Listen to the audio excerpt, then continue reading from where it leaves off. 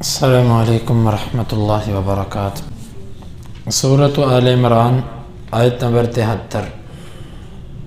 اعوذ باللہ السمیع العلیم من الشیطان الرجیم من حمزہ ونفخہ ونفثہ ولا تؤمنوا الا لمن تبع دینکم، تم ایمان صرف اس پہ لاؤ جو تمہارے دین کی پیروی کرے۔ قل ان ھدی اللہ ھو الھدی، آپ کہہ دیجئے اللہ کی ہدایت ہی اصل ہدایت ہے۔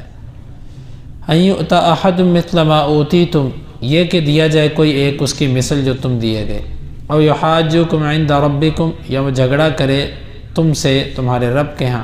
قل ان الفضل بید اللہ یؤتیہ من یشاء، آپ کہہ دو فضل اللہ کے ہاتھ میں ہے، وہ جسے چاہتا ہے دیتا ہے۔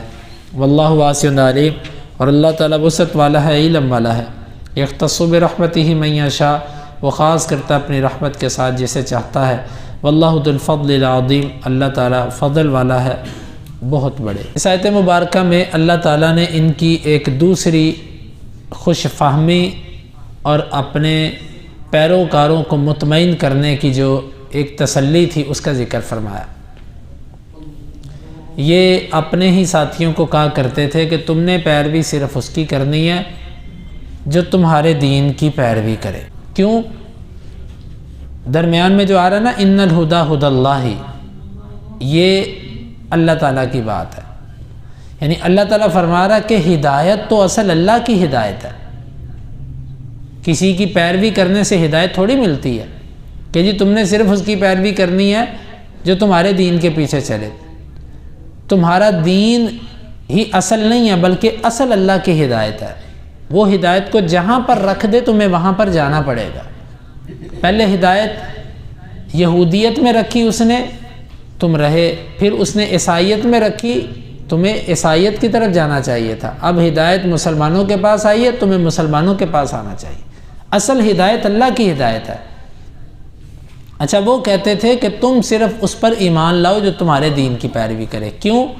ان یؤتی احد مثل ما اوتیتم او یحاجوکم عند ربکم، یہاں پر لا محذوف ہے، معنی یہ بنتا ہے کہ نہیں دیا جا سکتا کوئی بھی اس کی مثل جو تم دیے گئے۔ جس طرح کا علم تمہارے پاس ہے ایسا علم کسی اور کو نہیں دیا جا سکتا۔ جب نہیں دیا جا سکتا نا تو تم نے کسی اور کی پیروی بھی نہیں کرنی۔ خلاصہ یہ بنا کہ جو علم تمہارے پاس آ گیا نا یہ تو کسی کو مل ہی نہیں سکتا، لہٰذا تم نے کسی اور کی پیروی نہیں کرنی۔ او یحاجوکم عند ربکم، یہاں بھی لا محذوف ہے، یا وہ تمہارے خلاف کہیں جھگڑا نہ کریں رب کے ہاں۔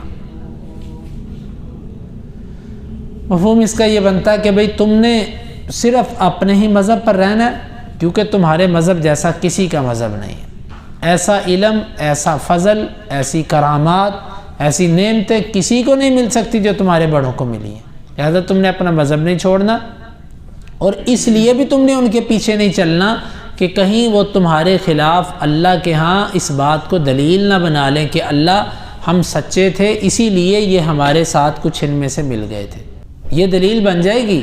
دوسرا اس کا معنی بعض اہل علم نے یہ بیان کیا کہ وہ یہ کہتے تھے کہ تم صرف اپنے دین پہ رہو۔ کیوں؟ ان الہدی ھدی اللہ، ہدایت تو اللہ کی ہدایت ہے۔ ان یؤتی احد مثل ما اوتیتم، کہ کوئی دیا جا سکتا ہے اس کی مثل جو تم دیے گئے۔ جو تمہیں کتاب جس طرح تورات ملی ہے نا اس طرح یہ کتاب کسی اور کو بھی مل سکتی ہے، لیکن تم نے اپنے دین پر رہنا ہے۔ کیوں رہنا؟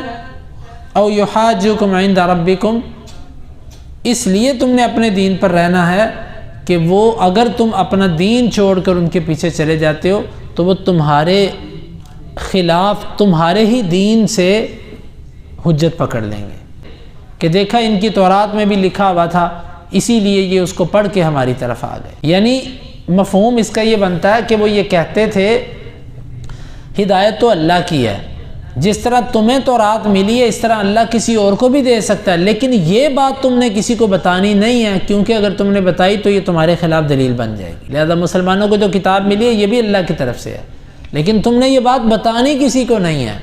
کیوں؟ قیامت کے دن تمہارے خلاف یہ جھگڑا کریں گے پھر کہ اللہ یہ مانتے بھی تھے، پہچانتے بھی تھے، پھر بھی ایمان نہیں لائے۔ یہود اپنے پیروکاروں کو صرف اس بات سے مطمئن کرتے تھے کہ جی جو ہمارے پاس ہے یہ کسی اور کے پاس نہیں ہو سکتا، اور یہ ہر باطل فرقے کی عادت ہوتی ہے کہ وہ دلائل کی بجائے تسلیاں زیادہ دیتا ہے۔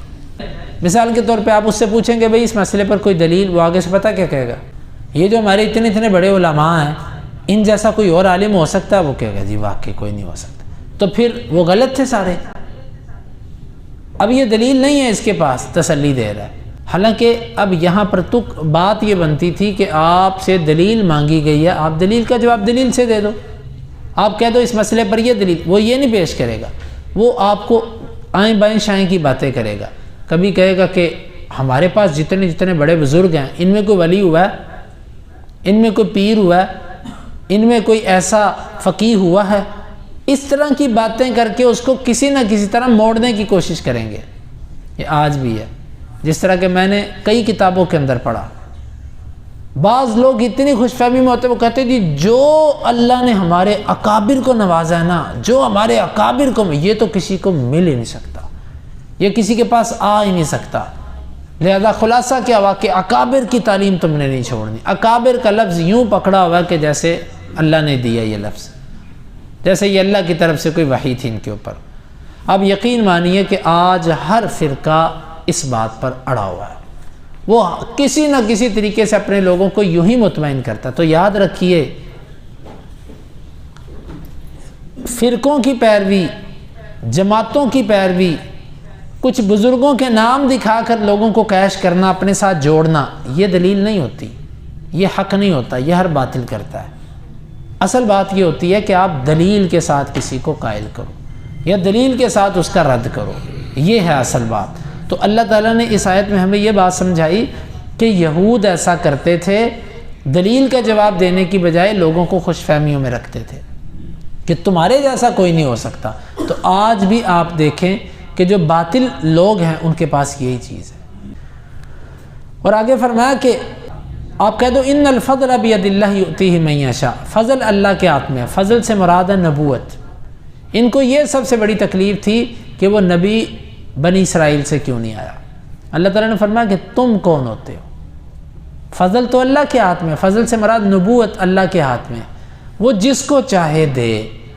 اس نے اگر اسماعیل کی اولاد میں نبوت رکھ دی ہے تو تمہیں اس بات پہ کیا تکلیف؟ واللہ واسع علیم، اللہ تعالیٰ وسعت والا اور علم والا ہے۔ اس میں دو صفات کا ذکر کیا گیا، وسعت، تنگی نہیں ہے اس کے ہاں۔ تمہارے ذہنوں کے اندر تنگی ہے کہ ہمارے سے نبوت نکلی کیوں۔ علیم، علم والا کہ اس کو پتہ ہے کہ نبوت دینی کہاں ہے، فضل کرنا کہاں پر ہے۔ جس کو اللہ تعالیٰ دیتا ہے وہ اپنے علم کی بنیاد پر دیتا ہے۔ یہ ایسا نہیں ہے کہ اللہ تعالیٰ کسی کو دیتا تو اس کو دیے رکھے چاہے وہ اہل ہو کہ نہ ہو، نہیں، جب کوئی اہل نہیں رہتا اس کے علم کا تقاضا کہ وہ اس سے چھین لے۔ یختص برحمتہ من یشاء، وہ اپنی رحمت کے ساتھ جسے چاہتا خاص کرتا ہے۔ یہ نقطہ اگر ہمیں اپنی زندگی میں سمجھ آ جائے، ہماری زندگیوں میں سکون آ جائے گا۔ کسی بندے پر اگر اللہ، یہاں پر رحمت سے مراد نبوت ہے، لیکن آیت کے الفاظ کو دیکھیں تو لفظ عام ہے، عام مفہوم لیں گے۔ اللہ کی کوئی بھی رحمت ہے، اللہ جس کو چاہے اس رحمت کے لیے چن لے۔ مال ہے، ایک بندہ، ابھی کل ایک بندہ میرے پاس بیٹھا تھا، وہ مجھے کہہ رہا تھا کہ جی فلاں بندہ مارکیٹ کے اندر بیٹھا ہے، اس کے ہر سودے کا ریٹ جو ہے نا وہ دوسرے دکاندار سے پر پیس 2,000 روپے زیادہ ہوتا ہے، لیکن سمجھ نہیں آتی کہ لوگ اس کا سودا ایسے لیتے ہیں کہ جیسے، اور یہ اللہ کی طرف سے ہے۔ کسی بندے کو وہ مٹی کو ہاتھ لگاتا ہے وہ سونا بن جاتی ہے۔ بعض بندے تجارت کے اندر جاتے ہیں، ایسے دن دگنی رات چگنی ترقی کر جاتے ہیں۔ دوسرا بندہ پریشان ہوتا ہے کہ یار میرے پاس یہ ہے وہ ہے، میری دکان ہی نہیں چلتی۔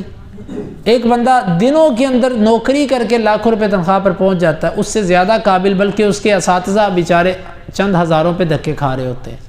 ان الفضل بید اللہ، فضل اللہ کے ہاتھ میں، یختص برحمتہ من یشاء، آگے فرمایا جس کو وہ چاہتا ہے اپنی رحمت کے ساتھ خاص کرتا ہے۔ علم ہے، یاداشت ہے، شکل و صورت ہے، جسامت ہے، صحت تندرستی ہے، یا کوئی بھی اللہ کی نعمت، مال و دولت ہے، یہ اللہ جسے چاہے اسے ہی ملتا ہے۔ میرے پاس کوئی نعمت حاصل نہیں ہے نا، کسی کو ملی ہے، تو مجھے اس آیت پہ غور کرنا چاہیے۔ یختص بھائی اللہ نے اس کو اس کے لیے خاص کیا، یہ بڑی آسان زندگی ہے۔ آج میں بیان کر رہا ہوں، یہ میں جب خود عملی زندگی میں آؤں گا تو میرے لیے یہ مشکل ہے اس کو سمجھنا، لیکن ایک حقیقت یہی ہے کہ ہمیں اس آیت مبارکہ کو اپنی زندگی کو پرسکون بنانے کے لیے اس آیت کو اپنے دماغوں میں بٹھانا ہوگا۔ یار فلاں میرے سے آگے نکل گیا، ٹھیک ہے یار، اللہ نے اس کے لیے وہ چیز رکھی تھی، میرے لیے نہیں رکھی، آسان۔ دین پہ اگر کسی پر اللہ کی رحمت ہے تو اس پہ دوڑ لگاؤ۔ سابقو فیہ فلیتنافس المتنافسون، اس میں مقابلہ کرو جو کرنا ہے کہ یا اللہ دین کے معاملے میں پیچھے نہ کرنا۔ سوچیں ہی بدل گئی، اس سے بڑی بھی سزا کو مل سکتی ہے کسی کو، کسی قوم کو اس سے بڑی سزا مل سکتی ہے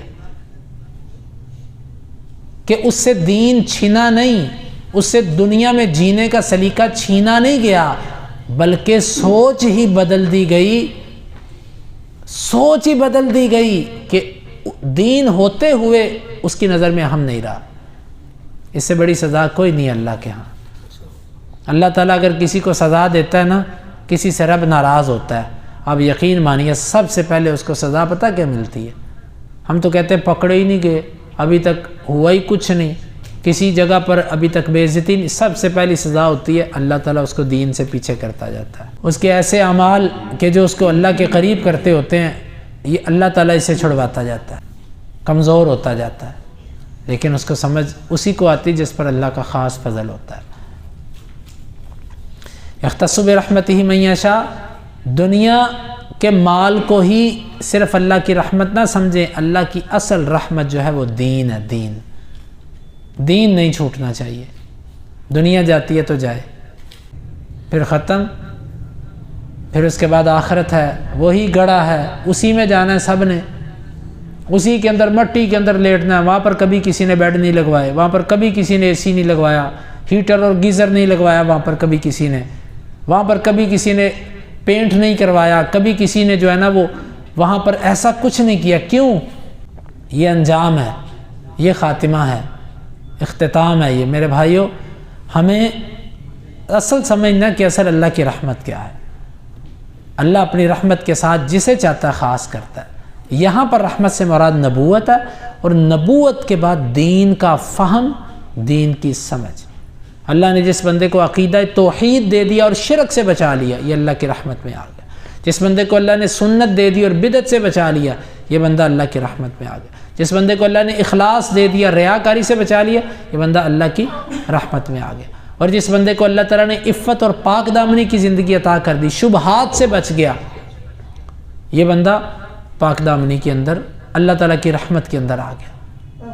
اور جس بندے کی سوچ یہ بن گئی کہ بس میری آخرت، بس میری آخرت، کیا بنے گا، میرا ٹائم تھوڑا ہے، بس آخرت کی طرف بڑھ رہا ہوں، قبر کے قریب ہو رہا ہوں، سوچ ہی یہ بن گئی، اس بندے پر اللہ کی رحمت ہوگی۔ مگر نہ غافل انسان کی زندگی بڑی بے سکونی زندگی ہے، سب کچھ ہونے کے باوجود اس کو سکون نہیں ہوتا۔ اللہ ذو الفضل العظیم، اور اللہ تعالیٰ بہت بڑے فضل والا ہے۔ اللہ تعالیٰ سے دعا ہے کہ اللہ تعالیٰ ہمیں اس آیت مبارکہ کو کما حقہ سمجھنے کی توفیق عطا فرمائے، اور اس میں جو اللہ تعالیٰ نے اہل باطل کی جھوٹی تسلیوں کا ذکر کیا، جھوٹی خوش فہمیوں کا ذکر کیا، اللہ تعالیٰ ہمیں اپنی زندگی میں اس سے نکلنے کی توفیق عطا فرمائے۔